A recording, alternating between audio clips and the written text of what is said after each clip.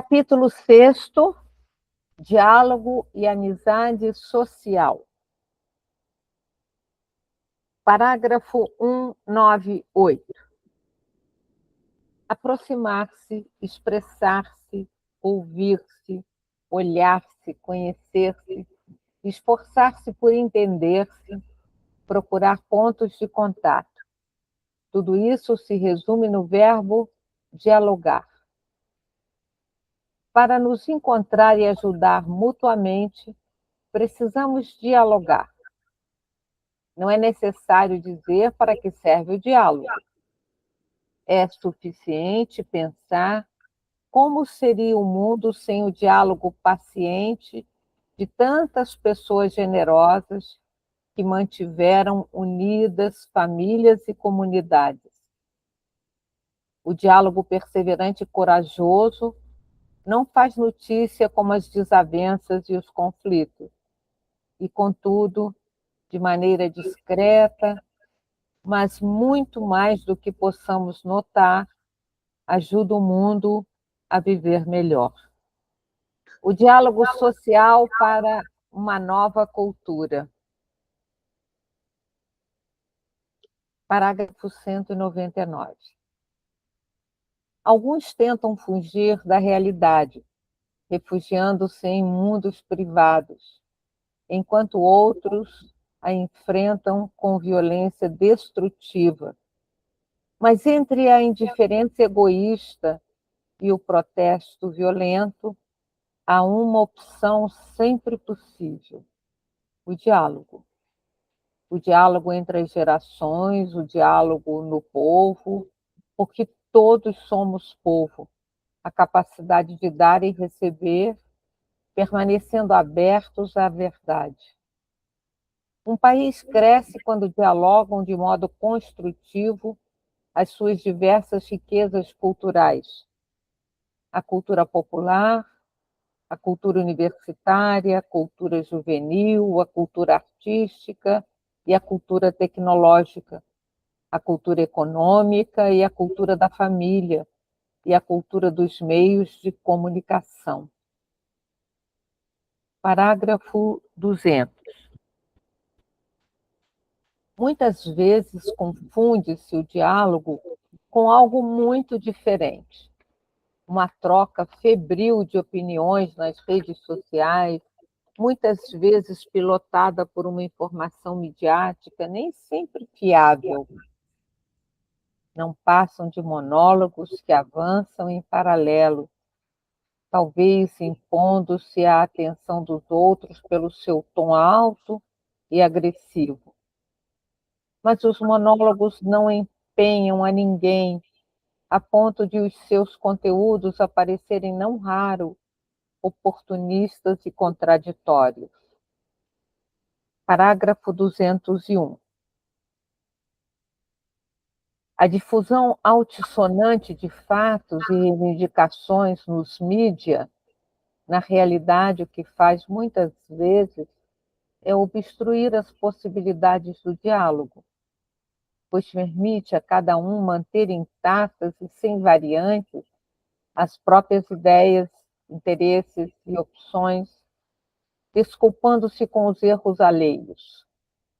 Predomina o costume de denegrir rapidamente o adversário, aplicando-lhe atributos humilhantes, em vez de se enfrentarem num diálogo aberto e respeitoso, onde se procure alcançar uma síntese que vá mais além.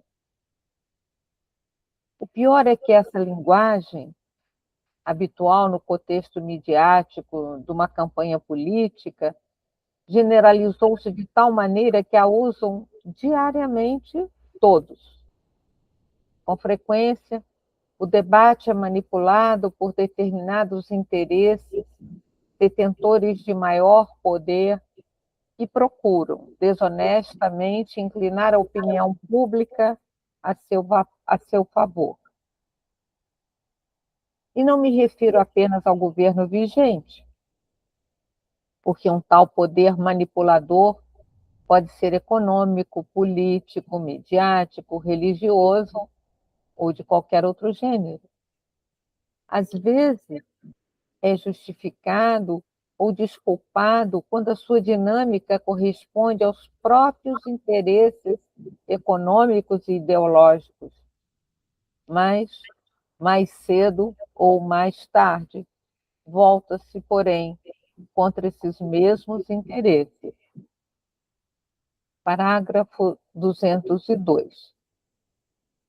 A falta de diálogo supõe que ninguém, nos diferentes setores, está preocupado com o bem comum, mas com obter vantagens que o poder lhe proporciona, ou, na melhor das hipóteses, com impor o seu próprio modo de pensar.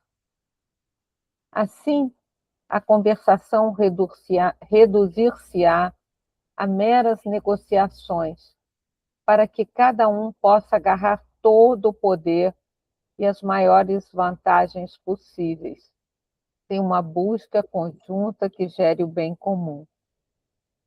Os heróis do futuro serão aqueles que souberem quebrar essa lógica morbosa e, ultrapassando as conveniências pessoais, decidam sustentar respeitosamente uma palavra densa de verdade.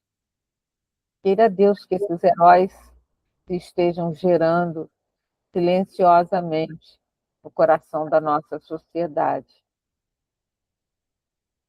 Construir juntos. Parágrafo 203. O diálogo social autêntico pressupõe a capacidade de respeitar o ponto de vista do outro, aceitando como possível que contenha convicções ou interesses legítimos. A partir da própria identidade, o outro tem algo para dar, e é desejável que aprofunde e exponha a sua posição para que o debate público seja ainda mais completo. Sem dúvida, quando uma pessoa ou um grupo é coerente com o que pensa, adere firmemente a valores e convicções e desenvolve um pensamento. Isso irá, de uma maneira ou de outra, beneficiar a sociedade, mas só se verifica realmente na medida em que o referido desenvolvimento se realizar em diálogo e na abertura aos outros.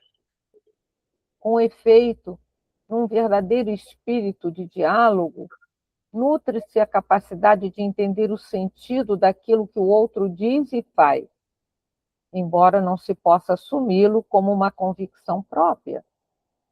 Deste modo, torna-se possível ser sincero, sem dissimular o que acreditamos, nem deixar de dialogar, procurar pontos de contato e, sobretudo, trabalhar e lutar juntos. O debate público, se verdadeiramente der espaço a todos e não manipular, nem ocultar informações, é um estímulo constante que permite alcançar de forma mais adequada a verdade, ou pelo menos exprimi-la melhor. Impede que os vários setores se instalem cômodos e autossuficientes na sua maneira de ver as coisas e nos seus interesses ilimitados. Pensemos que as diferenças são criativas, criam tensão, e na resolução de uma tensão está o progresso da humanidade. Conteúdo Inaciano.